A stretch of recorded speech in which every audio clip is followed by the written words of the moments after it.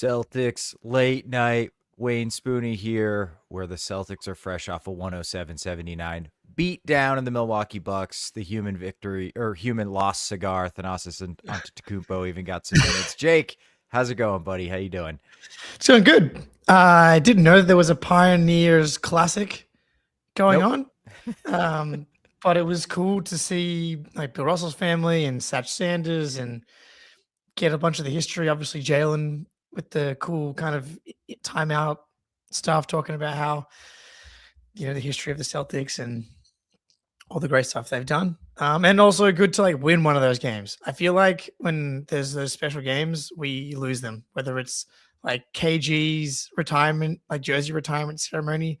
It feels like we have like these moments that like that Luca game that get lost in the Chamber of Secrets. The Bucks don't really provide any aura significance at the moment. And even with Giannis, it was tentative at best. And now, I mean, like it's weird. They stink, but the two games we've played them now, they beat us last game, and Bobby Portis and Kuzma just went like completely berserk. And early in this game, the Bucks, they're up 13-0 or something like that. Yeah. And Yeah. I was like, fuck. Like, and I thought they were guarding. I thought the Celtics were having trouble kind of breaking guys down off the dribble. But it's nice to see the Celtics kind of bounce back or two blowout wins in games that they should win after that disgusting game against the Atlanta Hawks. So nice to kind of get back on track. Yeah, definitely nice to get back on track. Yeah, the Bucks I think scored 13 points or 15 points in the first like 3 minutes of the game, and then proceeded to score like 65 in the next 45 minutes of the game. So yeah, that was whenever teams kind of jump out to that like super early big lead, that's not even that big. Like a 12, 13, 14 point lead in the first quarter at the beginning of the game is nothing. But it was sort of an ugly, like, oh man, Sunday afternoon vibes. Like Yes. Jalen did not look like he started to really play until the second quarter. Even at one point in the third quarter, I'm like, finally Jalen's making some shots. And then they flashed his stats and he was 8 of 12 for 20 points. I'm like, oh shit, what is happening here? All right, never mind. He's playing damn well. So yeah, like the Bucks, it's basically Ryan Rollins. Larry Nance's little brother is on this team, and like a whole lot of Kyle Kuzma, which is just not a winning formula. So like bit of a shooting variance game. I said like when we played Portland and we won, I said I thought our defensive performance was terrible. They just missed shots. This is a great defensive performance, and they missed shots. And I think the big thing for me was volume. They only took 34 threes, and 10 of them were in the fourth quarter when the game was over. Okay. So the 3-point volume, they shot like, they're average like 5 or 6, 7 a quarter, which is just not going to be enough to keep up with the Celtics team. So like a pretty, like after that opening run, basically handled them. I think we were pushed it out to almost 20 by halftime. Yeah, the way that they defended AJ Green, it was like they put him at the top of the scouting report or something. Like anytime he got any type of space, it was like a 5-alarm fire, and you had guys running him off the line. He still got 5 threes up, only went 1 for 5, but I thought all of them were tough. There's only one clean one, and I think that's the one that he made. But other than that, they were like, that's like one of the only ways they can get back in this game. Is some type of shooting explosion. And like even Ryan Rollins, who I really like, but he looked fucking ridiculous today. 25 points on 10 for 16, 3 for 4 from the field, 6 rebounds, 7 assists. Like the dude mate looked like a superstar at times today. The flip side of that is like I thought Hauser got a ton of good looks and missed them all. I was like I thought that they should have been up 25 much earlier. And it was basically because Hauser missed a bunch of wide open threes. And to me, it's like, whatever. He's just been so hot for a month. Like, probably due for a couple of, like, at least a night off. But it was very jarring for me to see him miss that many clean looks after what he's been doing for, like, the last 5 weeks. But other than that, I think the story of the game for me, Jordan Walsh is back. Yeah, like, dude. It's really fun watching Joe Mazzulla pull the levers and figure out what the game needs I'm not sure it would have mattered which levers he pulled in the end today. But I thought like when the game was close and they were trying to come back, they needed the extra possessions because they couldn't hit a shot either. And like in the first half, we got the stats. I know NBA.com has started to make that a bit more. Yeah, only 34% from three in the first half compared to Milwaukee's 46. But as he said, they only took 15 threes. But they got a ton of offensive rebounds, 9 offensive rebounds in the first half, and only 2 turnovers. And a lot of them were Walsh. What do you have? He had two offensive rebounds on his own and 3 assists. The play of the game that's burned into my eyes. Baseline drive. Yeah, left dude. hand, like bounce pass pocket into Cater. Fucking filthy, dude. What was that? Yeah, real quick, the AJ Green call you had, it was like we were trapping him, like he was running a pick and roll, but he was off ball. It was crazy. It was like we just kind of short circuited their offense a lot. But yeah, Jordan Walsh was so good, dude. 5 rebounds, all of them offensive, 3 assists. He does like he has not been scoring a lot recently, but I feel like lately he's looked a lot more confident putting the ball on the floor. And he had like, I think both of his finishes were lefty and like difficult left-hand finishes tonight. Where he just got all the way to the rim, got fouled on one, I'm pretty sure.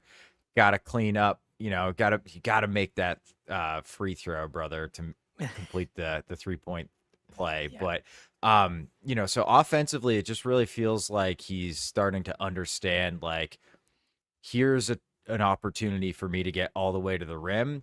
And before, if there was help that got there early, he would just like pick up his dribble, pivot. Oh shit, I need to find a pass. But now he's like gathering, getting into, 2-step, finding the guy who's open, very smooth, very clean, keeping the ball away from the defenders, not really turning it over when he attempts to get to the rim. And then defensively, he guarded everybody. He was everywhere. He was on AJ Green some. He was on Portis for like large swaths of the game, and like Portis did nothing on him.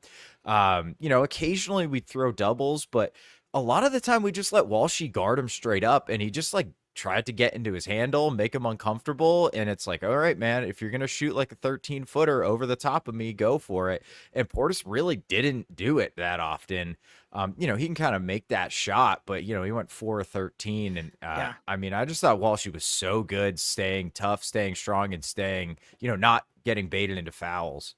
Yes, I was going to say the exact same thing. Like, and it's happened on a few bigger players where he's been able to kind of handle the size and the bumps. I think it was Ugo who was the one guarding Towns. I'm trying to think of who is coming to mind that he guarded that was big as well. Oh, I can like visualize it, but it's not. Was it Duran? It may have been Duran. I was actually thinking Duran. But yeah, he's done it a few times, and I don't really understand how, because he's still very, very skinny. But like, if you can just hold just enough, he's so long that like Portis wants to get to those like little fadeaways and hooks and stuff.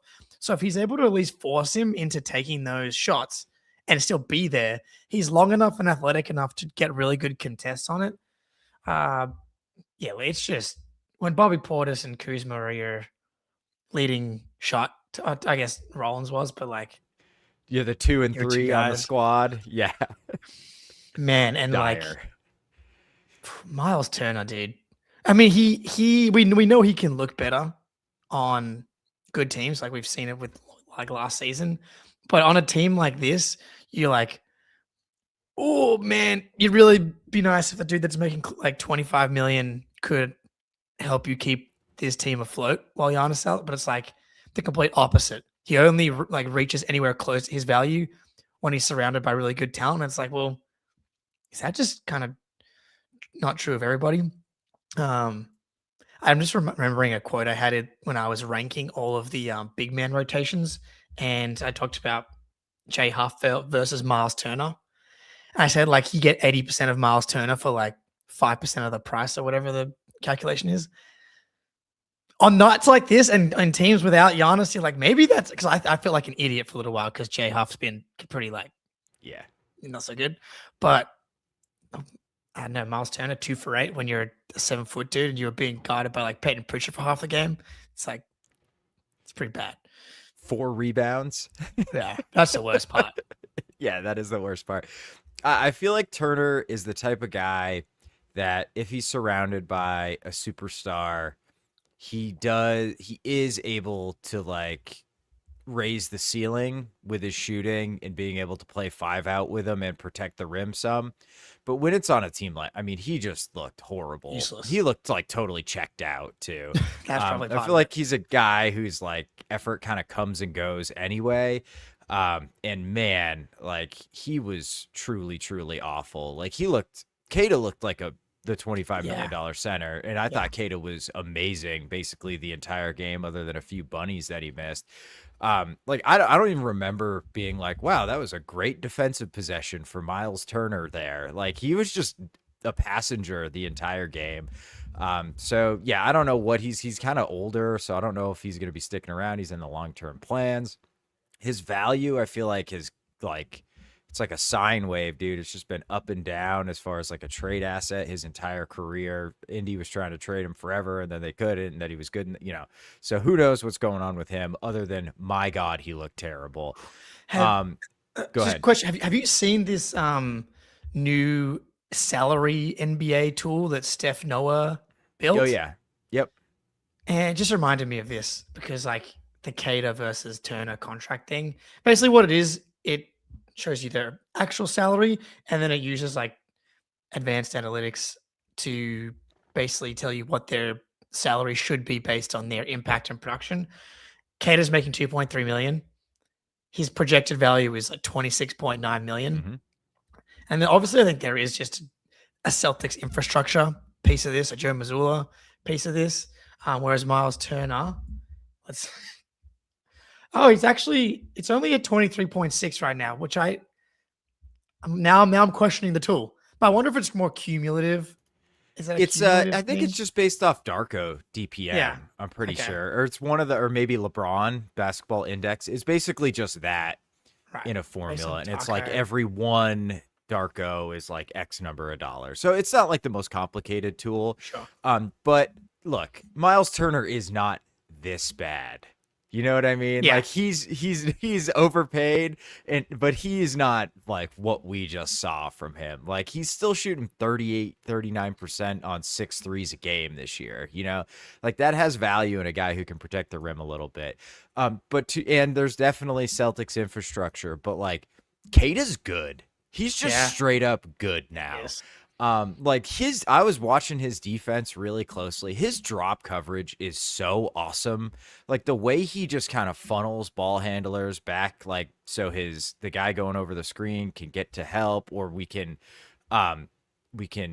peel switch it out where the guy from the wing comes and takes the ball handler, and the guy originally on the ball handler goes out to the wing. And the whole time, Kate is just there, keeping everything in front of him, keeping a touch on his guy behind him so they can't throw the lob. Like, when's the last time we've been lobbed? Like, an alley-oop lob with Kata in? I can't remember. Maybe Duran. I was just going to say, I'm pretty sure it was a Kate, and it's like, and that's tough. Like, that's like one of the more difficult, pick and rolls to deal with in the NBA.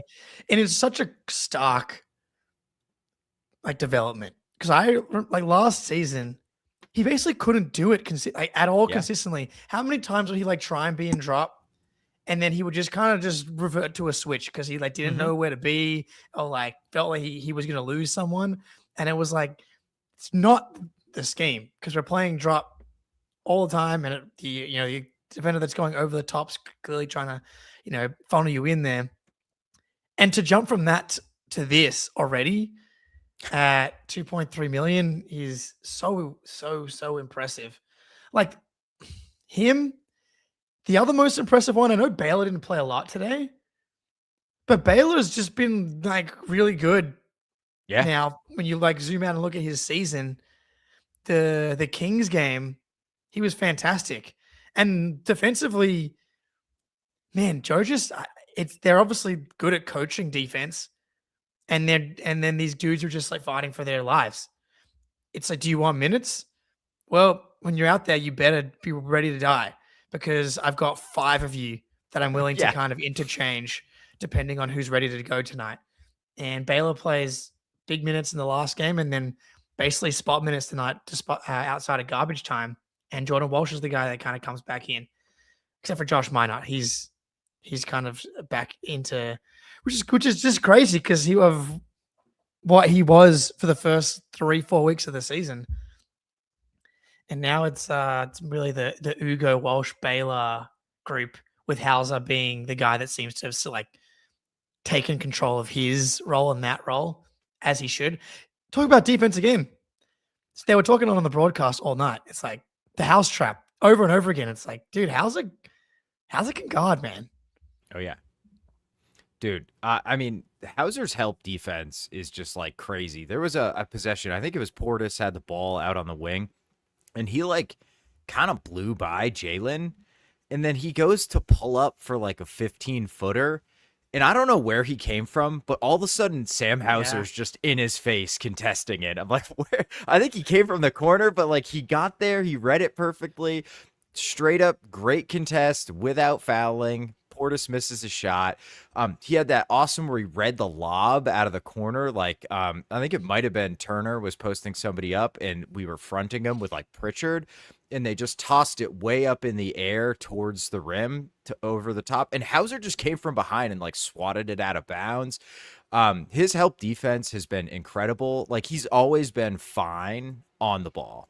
He's always going to be fine on the ball, maybe like pretty good on the ball. He's not going to be an elite on the ball guy.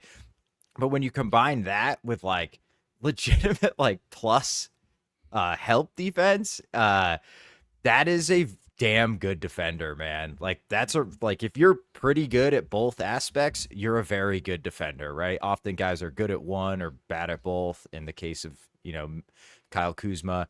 But yeah, like Hauser, like the shot's not going in. He basically records like no stats this game. Yeah. And I still thought he was damn good just because he like keeps the ball moving. The spacing always helps. And the defense was crazy good. I'm finding he's doing a really good job of like either getting to a loose ball or just like, whether it's a late contest and even getting a block or at least impacting the shot or just like on a rebound, just getting like a little hand to it and tipping it to someone. Like his rebounding is really helpful. I think he's a great player and feel like we've been vindicated in our confidence in him, even when he goes through a cold stretch. And it's great to see him moving like this again, because that's a guy that I think can be in your best lineups, especially when Tatum returns. Projected contract value, $22.3 million, as opposed to the $10 million that he's making. The whole roster is just full of these guys, basically. Oh yeah. But yeah, so like Hauser, Simons, dude's just fucking killing now. And he talked about it in the post-game press conference about how people are getting mad at him when he passes up shots. It's like, yeah, we want you anything that's clean from the 3-point line, take it. Because the dude is clearly a flamethrower, 6 for 10 from 3 tonight. And, we were all very like Pritchard over Simons. The gap has closed significantly. And part of it is, I think, the confidence and consistency on the offensive end. But he is doing the little things more as well, whether it's getting to a loose ball, just fighting to stay in front of a guy. Like, it didn't take much for him to go from like, oh man, the opposite of a dirty things guy. Dirty work. Dirty things to little things. Yeah. Dirty. Little things, dirty work. There we go. Little work, dirty things. And Simons is doing them. And then just a little uptick in the little things makes a huge difference. And just the chemistry. I still don't think of him as like a pure point guard type guy.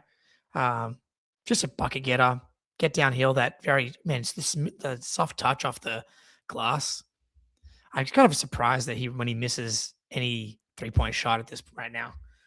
Dude, I was just going to say, I was going to invoke the name. I know it's blasphemy, but I was going to say, I feel the same way when he gets the ball like swung to him wide open that I used to when Ray Allen was on the team, where it's like, this is in. I just know this is in. And I know that's crazy, but like Simons is a ridiculous like shooter, especially as a catch and shoot. I mean, he's obviously good at pull-ups too, Yeah. but like his catch and shoot is so quick, so consistent. The like his form is compact, and he just like swishes them all. He like just never touches rim when he's wide open catch and shoot. He can't get to the rim. Like No, Pritchard look, gets to the rim way more often than he does. I think Pritchard's a better playmaker pretty easily at this point. But Simons, I feel like when he's attacking a rotating defense is more dynamic and better at getting to the rim in that instance. But if it's like, I need a guy to just like run a pick and roll and start the offense, I want Pritchard. But if it's like the ball's getting swung to this guy in the corner, I want it to be Simons. And before, both of those answers would have been Pritchard like 2 months ago. So I mean, the way he can impact games where like he just scores in absolute bunches. Like he only play, a lot of guys didn't play a ton of minutes tonight, but he only played 25 minutes and he had 27 points, Like that's ridiculous efficiency coming off the bench. So yeah, and like to your point, is he a good defender? No. Is he one of the 3 worst defenders in the NBA like he was, for most of his career? I don't think so anymore. No. And that's a huge improvement. And like, that's kind of all we needed from him. Yeah, there's such a wide chasm between a bottom 5th percentile defender and like, I haven't looked at it on dunks and threes. Bottom 25th, Yeah, that's a huge jump. Huge jump. Yeah, and like I think that's a good point on the playmaking.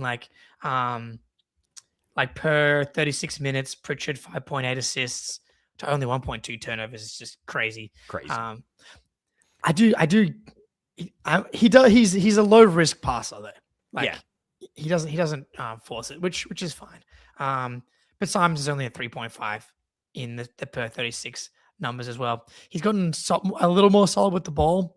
I feel like the turnovers have come down. Yeah, but I'm with you though. I don't trust him to break a guy down consistently at the end of the shot clock.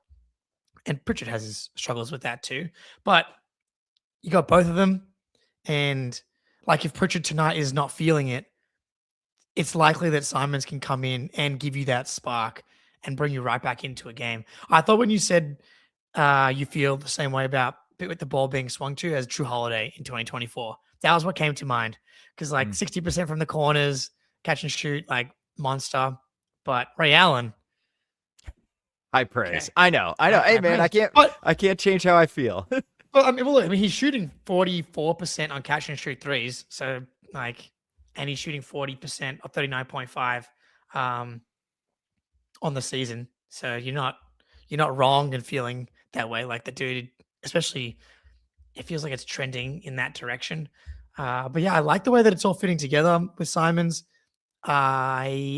He's moved into like top 6, I think, in 6 man of the year odds, which I bet when it was like 17-1. So Boston Media Mafia, gonna need you to get the third Anthony Simons. Anthony Simons. Yeah, let's get that done.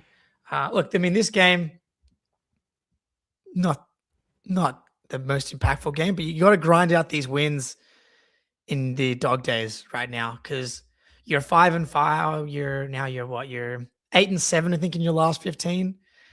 So not awesome.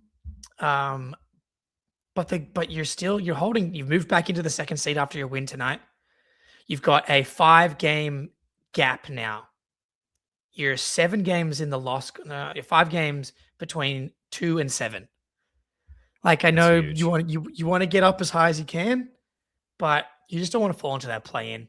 And you're kind of at a point now where like you can kind of probably play 500 basketball. And probably survive the top 6. I know some people are focused on the 40-20. I think we need to win like 9 of our next 10 in order to do it. Yeah, we do. Yeah, correct. We need to go 9-1. Yeah. Probably not happening.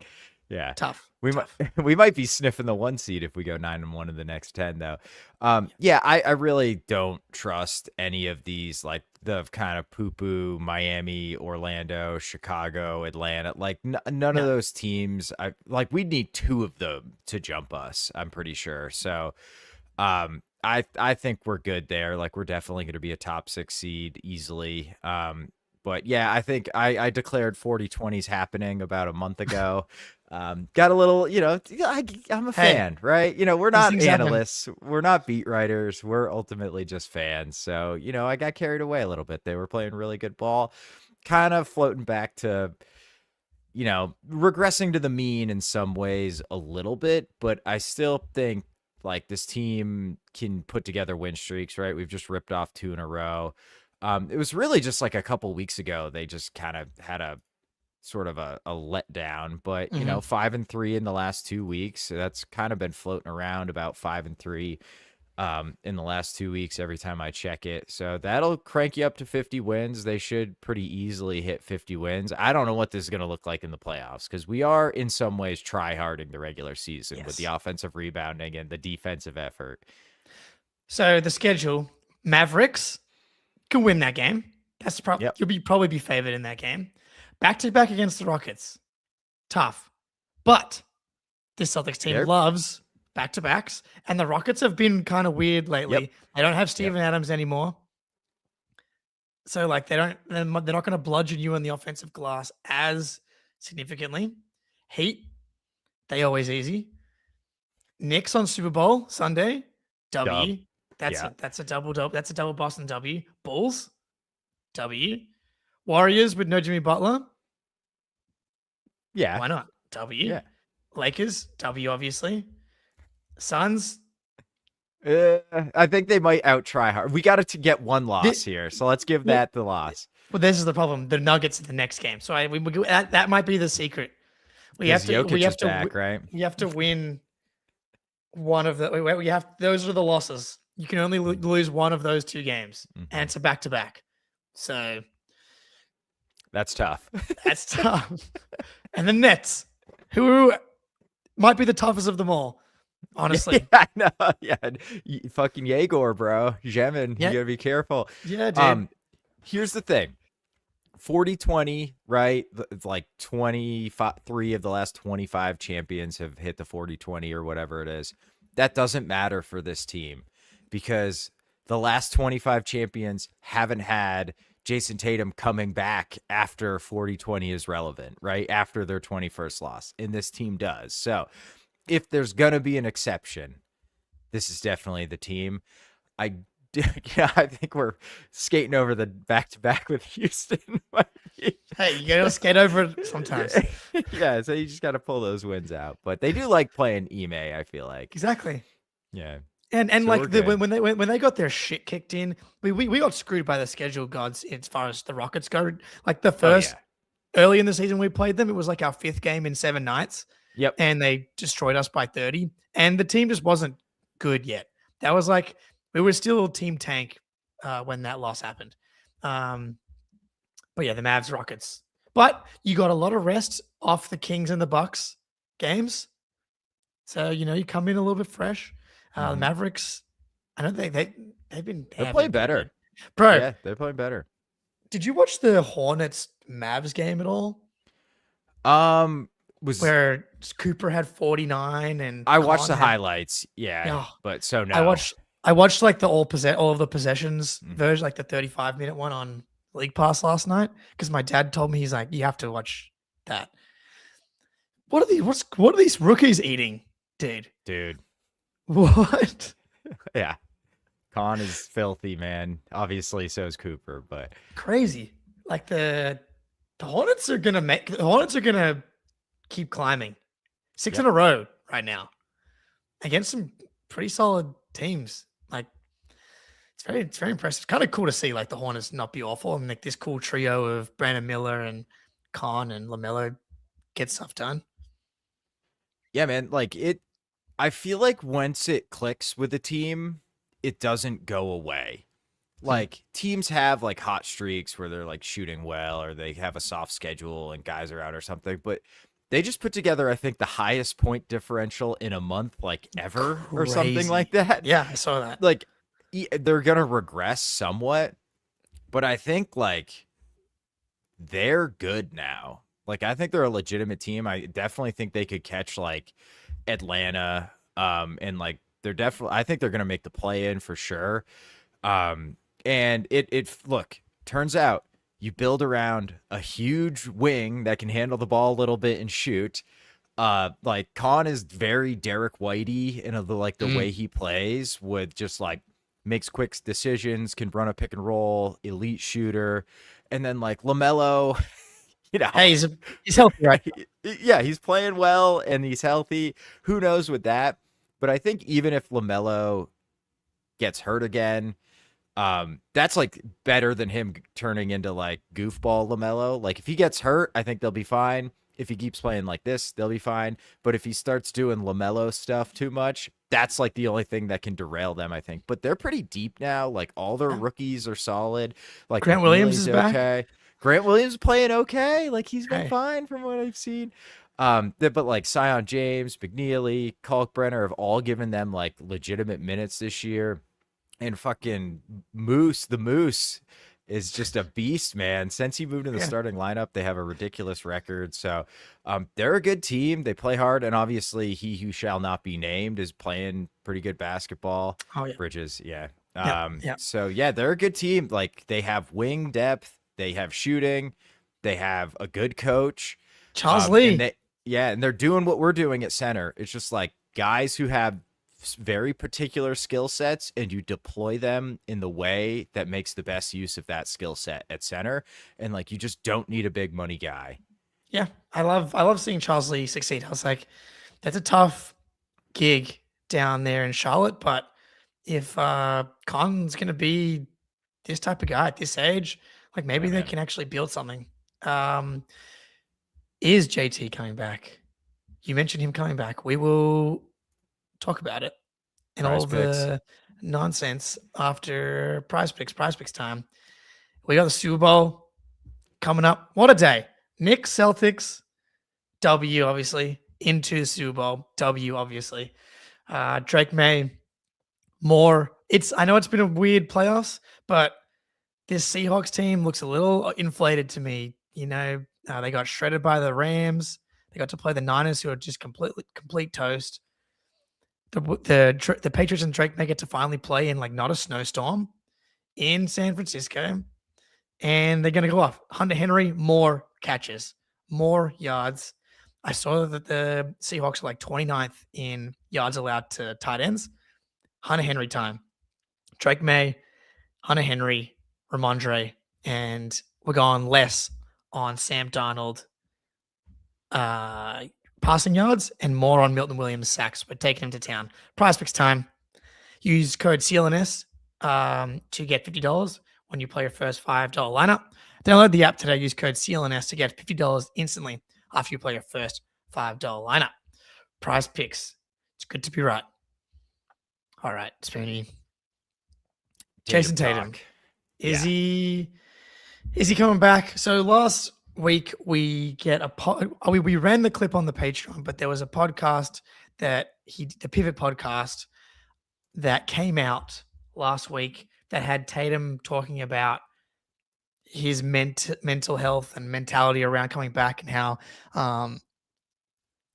watching them play so well and watching Jalen plays like so well has him thinking about, how do I fit in? Should I fit in, essentially?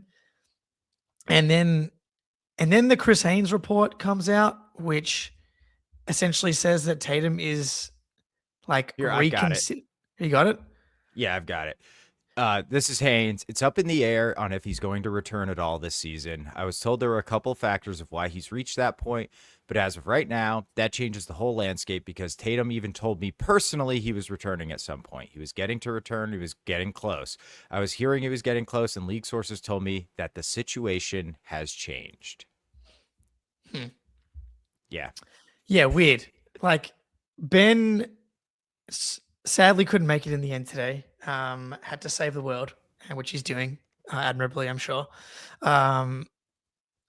He did astutely point out that it's very rare that we get like Celtics news through especially Chris Haynes. Yeah. That's never really happened before. Usually comes from Himmelsbach or just basically from the team. So that piece of it's definitely weird. So it's hard to know if it's like how much of it is true. Like, cause like the previous piece of information we got was the in front of the media workout. Bill Simmons on his podcast recently, after this stuff came out, was like, I'm still incredibly confident that he's going to come back. Take that for what it's worth. And then I guess the conversation kind of turned into why is Tatum feeling this way, if he is in fact feeling this way, and is it like not feeling as if people want him to come back because there's been the usual. Despite Tatum not playing this season, he's copped like 60% as much shit despite not even being there, and that just seems to be like something that Jayson Tatum has to deal with, despite being like the least controversial superstar guy ever. So it could be that, or it could be what I think is that he has been telling himself he's going to like do this thing that's really never been done before, come back, impact the team on the way to a finals or a deep playoff run, coming off an Achilles in like 9 or 10 months. And then it's coming to a point where it's actually happening. And he's like, man, I didn't think I knew that I set this goal for myself and it was a great thing to chase, but I didn't really expect it to happen. And if it did happen, I kind of expected the Celtics to not be that good and for there to be not pressure for me to be Jayson Tatum immediately.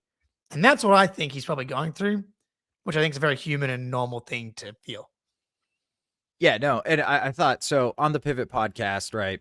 And again, check out the Patreon. Please join the Patreon. We had a nice discussion on that. But ultimately, like, I thought it was like a really really mature and like emotionally intelligent, very like Missoula coded answer, except delivered like a human being and not a robot. Where he was basically like, yeah, I think about how I'll fit in. Like, of course I'm thinking about that. You know, they're so good and it's working and guys are doing certain things and that's all going to change when I come back, which is fundamentally true. And I think you're spot on, Jake, where it's like, I'm sure nobody thought they'd be this good. Like nobody at all, except maybe Joe Missoula. So there's legitimate downside in a way that, you know, nobody really thought there would be for him to come back and not play well. Like Jayson Tatum has, you know, here and there, maybe he's had a bad shooting performance, but overall his play has never really cost us games or cost us a playoff series or anything like that. Where there's a chance if he is like 60% of himself, it's like Gordon Hayward all over again that season where he came back and it's like Brad played him and he was not good. So like Tatum was on the team when that happened. Yeah. So I definitely think that's a big part of it is like, one, there's no way he's going to fully 100% trust his body either. Like, I feel like that's probably one of the biggest hurdles is like the last time he was on a basketball court playing competitively, he blew his Achilles out. Like just getting over that, Yeah. I feel like would be met with some consternation and some anxiety. And then you couple that with like the additional legitimate downside of this doesn't work or he doesn't play well. And so I think it makes total sense that he's feeling that way. I understand it. I thought it was a great answer on the Pivot podcast. But why did it come out through Haynes in that way? And like, to me, it's like, is he just reporting what he heard on the Pivot podcast? Yeah. You know what I mean? Yeah. I don't take Haynes particularly seriously. He obviously does break certain news. Missoula came out and was like, there's been no setback. He's progressing naturally. And, you know, he gave a classic Missoula answer as far as like Tatum potentially being disruptive to the success of the team. And Missoula said, I look at disruption as a positive, just making it come. Yeah, like it's the best, you know, right? And yeah, he'll be disruptive in a positive way because he'll just make us better on both ends of the floor and already add to what we've been able to build here this season. Like, yeah, I don't think anyone outside of the team feels like that Tatum coming back would be anything other than a positive. Like, because then it became a question for a few of the guys. Like Hauser was asked about it, and he's like, "Yeah, he's fucking so good. We want him to come back. Hope we come See how back." many open threes I get when I play with this guy? yeah. Like, and in the conversation online, definitely has become about pointing fingers at the local media. Yeah. About how it's been negative. And I do think there's some truth to that. I know our fearless leader, John Zennis, copped it um, over the last week for going at Tatum. And I contrast it to the Hayward Kyrie situation. And it is really different to me. Like, I remember all of the coverage essentially just being like, wow, they get to add Hayward and Kyrie Yeah. back to this team, and not, well, Tatum and Jalen just led this team to the finals. Like, are they going to want to take a step back? Like, no, it was just like, oh, now the Celtics are the favorites to win the East. And I don't know, maybe that's why people are remembering that and it wasn't as seamless. The difference is like, it's Jason Tatum. And one, he's just like the fifth or fourth greatest Celtic of all time already at this point. And they're just, anyone acting like there's anything but positive about him coming back is frustrating to me, and I think to people listen to this show. Like, he should be welcomed back with open arms. And there just seems to be this weird media thing when it comes to Tatum. And where if it was like any other player of his stature, it would be all positive. Yeah, Denver's played great without Jokic. You didn't hear Yeah. anybody be like, I mean, obviously Tatum's been out longer, but you wouldn't, it would be ridiculous to suggest like, is Jokic gonna like undermine their chemistry? Like Murray's really cooking. Have you seen what Peyton Watson's been doing? So I, yeah, it is strange. And I think part of it is if Jake is frozen for me, chat, I don't know if he is for you or if it's just me and I'm the one that's frozen, but I'm going to keep rolling with this answer, even if no one's going to hear it. So like part of it also like that's different about the Hayward thing is that like 80% of Jayston Tatum is prime Gordon Hayward. Like he's several levels above what Gordon Hayward is. So even if he's like not playing great, he's playing like what we hoped Gordon Hayward would play at. So like he can come back and not be 100% and still be a huge positive to the team. And I think if he's not 100%, he will be conscious enough to know that and sort of play into it. Like he has a game that is so malleable, so diverse that like he can just be turned into like a screen pick and pop guy or like a corner spacer who drives closeouts. And then like he's obviously going to be probably worse on the defensive end when he's getting back healthy, but he's still going to be a positive defensive player just by the way he reads the offense, the way, you know, he knows the scheme, he knows the rotations, and he's 6'9" and athletic. So even if he's not prime Jason Tatum, he's still going to be a positive defensively. So I don't really think there's much risk of this going badly unless Tatum insists that he, you know, lead the team in usage the second he steps on the court. And I don't think that's going to happen. I think he's probably going to be on a minutes limit anyway. So he's not going to be able to do that.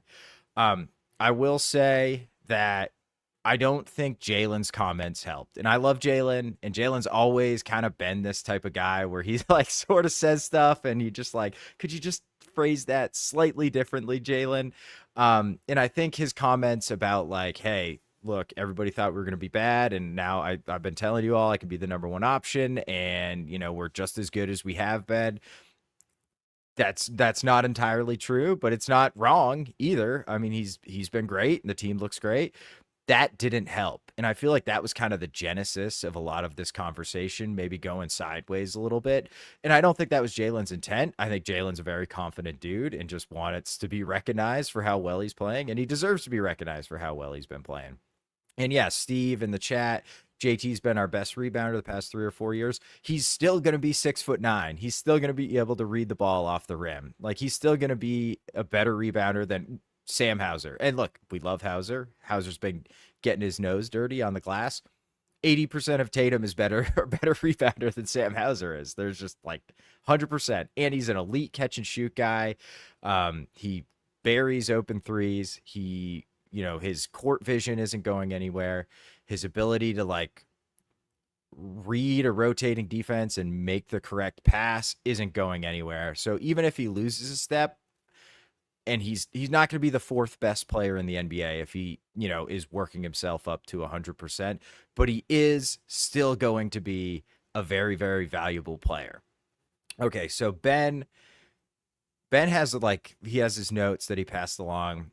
the last section of Ben's notes simply start with why. Oh, Jake, basically I was shitting on Gordon Hayward and saying like 80% of Tatum is as good as prime Gordon Hayward, so it's going to be easier to fit That's him probably in true. anyway. So um why, and welcome back, Jake.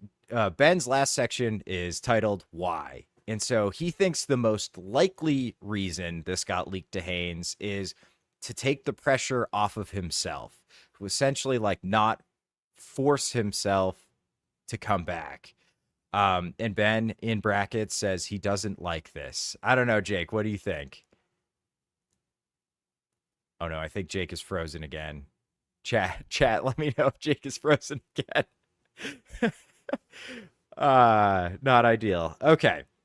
So do we think this is simply to take the pressure off of himself? I don't know.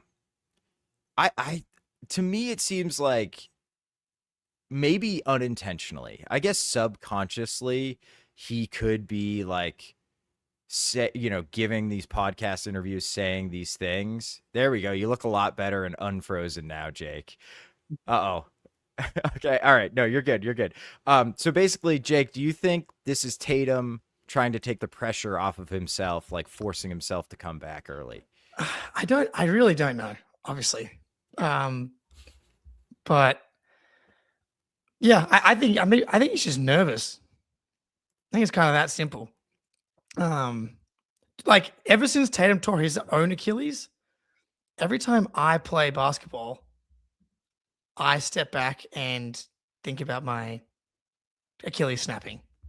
So if I'm doing that, I can only imagine how Tatum feels like trying to think about coming back for the playoffs. But all I can really think of is that there's a lot going on, and seeing the team play so well is like maybe I shouldn't come back because like it's going to be a hard thing to integrate potentially. I think that's wrong, but again, it's a human thing to think about. Yeah, a mix between I'm not sure I'm like mentally ready to be Jayston Tatum on the basketball court, and two, like, do I want to come back and ruin the season? Because I've seen it kind of happen before with Hayward and Kyrie, and that's exactly what's holding me back from dunking. Fear of snapping my Achilles. Yeah, I think if his comments are to take the pressure off of himself, it's not intentionally. You know what I mean? I think it's like subconsciously he's like feeling this way because he's feeling a lot of pressure about his comeback. And so like if it were intentional, I'm with Ben. I would not like it, but I think to your point, if it's unintentional and he's just talking about how he's feeling, and look, there's no obligation to do a podcast and talk about this stuff. So No. like it is kind of on Tatum a little bit to Yeah. like that he created this shitstorm.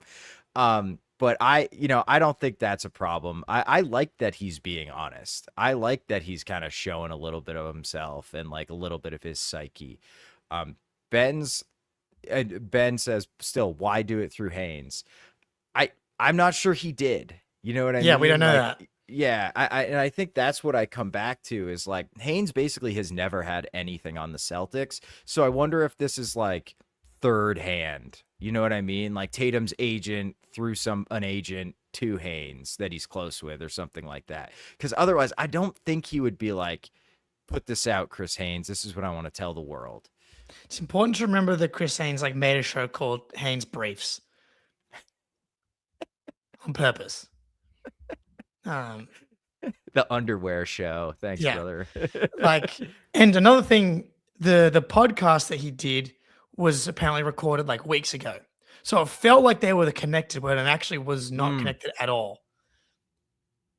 Then that, I don't know, makes it both less and more confusing to me. I'm like, because it kind of feels like there was a natural progression from that show to the report, or is it completely disconnected? Like 3 weeks ago, that means between him recording the podcast and then the Haynes report, we saw the workout in front of the media. So it's really hard to kind of discern. Yeah, I mean, so we got Brian Smith. I mean, he responded to Shelburne, Ramona that night, and Haynes couldn't get a comment from Tatum. But that again would be really an outlier. Like we don't, and I guess there's never really been a reason for Tatum to be Yeah. communicating through these people as well. I don't know. I think it's probably going to end up looking like nothing. Is my guess. And he's going to come back in.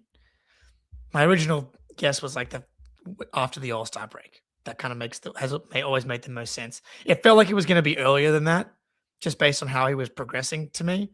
Um, we're gonna find out. But what's good is that it seems like Missoula and everyone's gonna be like, hey, even if there is a bit of a bumpy start, we're trying to win a title at the end of the day. Yeah. And if you don't come back, we will not win an NBA championship. That's pretty simple. Yeah, and if you do come back, there's a chance we do. So obviously, it makes sense for you to come back.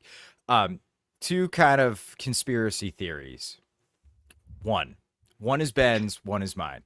What are the chances this was a rival team? I don't know, Leon Rose, GM of the Knicks, putting this to Haynes. I don't know, LeBron putting this to Haynes and having him report it just to create a shitstorm within the Celtics. Because look at the backlash that this has had. Like this has gotten so big that it has had ripples into the locker room. They're asking Sam Hauser about it. They're asking Missoula about it. Is there a chance this was planted by our enemies? Yeah, I guess so. LeBron probably though, right? LeBron almost certainly. Jalen Brunson's podcast producer potentially. Okay, less psychotic. Is it trade deadline related? And I'm not sure we'd know the answer to this until we see what Brad does. But is it to like, I think one theory could be essentially like chill sort of the enthusiasm around this team because we're gonna trade parts, like trade Simons for essentially salary savings or something. That's interesting. Like a leveraged play potentially, or like a to the fans communication. Like, hey, we probably shouldn't give up big assets for something this season. Yeah, that's possible too. It doesn't look like we're gonna try and shed salary for tax reasons though, which is definitely like if they don't do that, I know this is a bit of a tangent. It's a pretty good sign as far as Bill Chisholm's concerned as an owner, right? Like, this is a very clear opportunity to try to reset the repeater tax. And if you don't do it this year, you're basically committing to not be out of the repeater tax for the rest of Jayson Tatum's prime. Yeah. So that would be good. At least as far as first signs goes, Billy C being willing to open up the checkbook. I don't know. Yeah, I my prediction is that we look back on this and like Tatum's back in a month, basically. And it all kind of looks stupid. Yeah, he had a vulnerable moment. It's like it's okay to say things and be vulnerable once in a while, you know what I mean? Absolutely. And then it had a mind of its own, and like there's no putting that genie back in the bottle at that point. I don't unless you have to run, do you want to hit like a couple minutes on Keon Ellis since like I was going to say Keon Ellis and Derek White All-Star snub. Yeah. The month of cold shooting probably didn't help there. Yeah, but you telling me Norm Powell's better than Derek White? No, I don't think Norm Powell's better than Derek White. I do think if I was voting for All-Stars, I would have voted for Norm Powell though. Really? He's having a sick year, man. Isn't he average like efficient 25 a game? Yeah, but I don't care about that, dude. Yeah, but the voters do. It's the All-Star game. 23 a game. Mattered. 23 a game on 47-39. Obviously, like it's 23 a game. Yeah, he's their offense though, dude. Like they don't 3.5 rebounds, 2.5 assists. Yeah. All right. That's fair. I'll hear that argument. Like if Derek White makes one extra shot per game, they probably have like similar scoring efficiency. And I haven't looked. I'm guessing Norm Powell doesn't like rank in the top 15 of all the advanced analytics like Derek White does. No, I highly doubt it. Yeah. I don't know. All right. That's fair. I think, but the bigger problem is the fucking East is a disaster. Yeah, dude. It is rough. Like, who did I see? Because it was kind of happening when, A Cat made it, right? Yeah, I'm Cat kind of made it. surprised Cat made it. Scotty Barnes, fine. Yeah. Siakam on this 7 and how many wins have they got at this point? But like this like bottom one team. Jalen Johnson, okay. The West is so much better. It's kind of I know, it's terrifying ridiculous. Yeah. when it comes to the star power. Like without Tatum and Halliburton, the Eastern Conference All Stars is rough. Like Kawhi is not an All Star, and Norm Powell is. We're gonna look back and be like, Norm Powell deserved it. But they're not even doing East and West. They're doing this like weird I know. tournament that no one understands.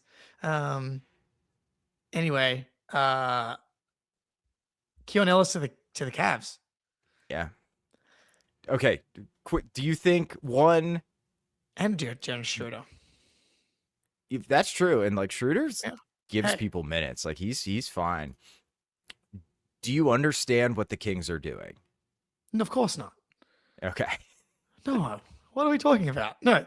Great. Like I thought it was a good move for the Cavs because I think DeAndre Hunter stinks. And the only reason it looked good was because he had like outlier crazy hot shooting last season. I looked at because someone in my mentions was like, "What are you talking about? DeAndre Hunter is like a JB type." What? And I thought they would. Brown? Yeah, like Jaylen Brown, not Not Jalen Bridges. Jalen Bridges. The guy on our Is there G League another? team. Is there another DeAndre Hunter that I don't know about? Yeah, right. Because and then I eventually took the bait, and I was like, outside of last season, which is a big outlier for the scoring efficiency, always been okay shooting the ball. 0.78 points per possession in isolation last year, 0.74 the year before that. Always an underwhelming defender. And the worst thing of it all, we all know I'm a rebounding psychopath. The dude is like never averaged 5 rebounds. It's like he looks like he should be Jaylen Brown, and he plays like Portland Anthony Simons with a worse jump shot.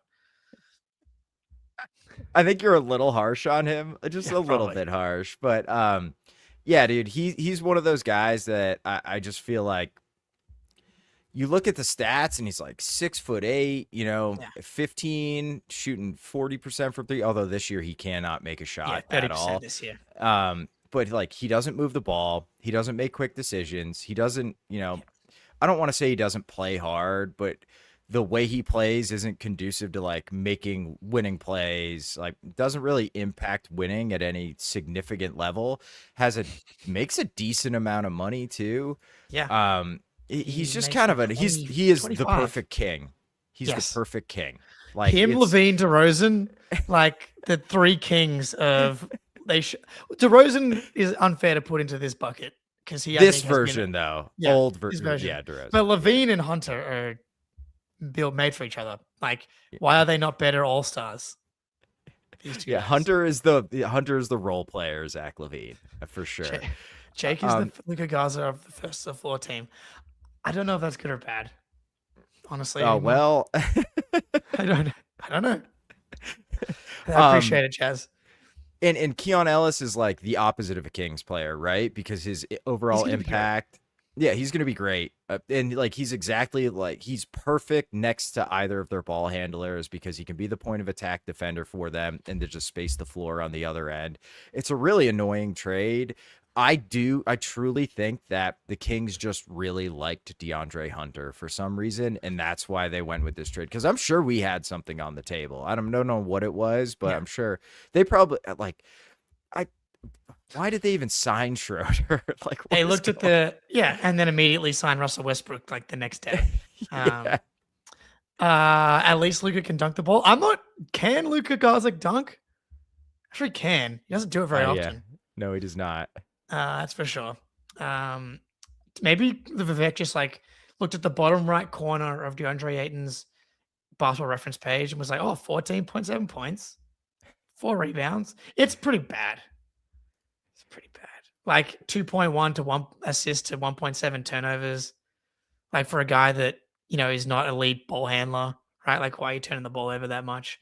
I'm not a DeAndre Hunter guy. And You got to. We talked about the exchange rate. Kings to Celtics might be the biggest of any exchange rate, but Kings to Cavs and a Cavs team that desperately misses Ty Jerome, who's been injured, but they miss what Jerome was incredible last season. Lonzo's been a disaster. They've got guys out, so I think you add two players that fit better, give you something you need. Because Hunter's not giving you, like, in theory, it's like, oh, it's a lot of guards, but DeAndre Hunter doesn't do any of the forward stuff, so it doesn't actually matter if you lose him. Yeah, dude, and I think they saved a bunch of money too because Ellis and So much Schroeder money, make 50 million in 17. tax. Yeah, so like, what out of the second apron. I'm pretty sure they got out of. What are the Kings doing, dude? They didn't saved get- like yeah. $8 million in salary, which is they were over the second apron, so that is a fuck ton of money, like you said. It's just an insanely bad trade for the Kings, in my opinion, and like kind of a master stroke, or insanely bad trade for the Kings, a master stroke for the Cavs. So I don't know what they're doing, man, but yeah, Ellis fits their team really well. Like extra ball handlers who defend, and Schroeder's not a great defender, but he's fine. He's solid. He's gonna give them good minutes, man. Like, it's very annoying that this is the trade that ended up happening. Yeah. So they're still over the second apron by $6.5 million. But that means, like, if they wanted to get out of it, it's probably not that hard. You just dump Lonzo Ball. Who stinks. You know, He's washed. It's a shame. He looks awesome. Jalen Tyson. Really good player. But yeah, I know the Cavs can definitely, I think, be a team that is dangerous in the early stages of the playoffs. I don't trust them to win the East or anything like that, but it wouldn't be a very fun first round matchup, I don't think, for I don't know. Mobley's also kind of just stagnated there. They're a weird I don't team. They're still just kind of a weird team, and this doesn't fix that. But they're better, and they got cheaper. And anytime you can do both of those things, that's kind of a home run trade. So it's unfortunate, but all right. We should probably wrap it up there unless you got anything else, Jake. No, I think wrap it up before my internet dies again. We'll try and do some trade deadline stuff this Thursday night or afternoon. I actually have to work during the day of the trade deadline, but if it happens early, then hopefully we can do some type of stream. But you'll hear from us. Yeah, you'll definitely hear from us. Thanks for joining us, everybody. That's going to do it for this one. We are out. Peace.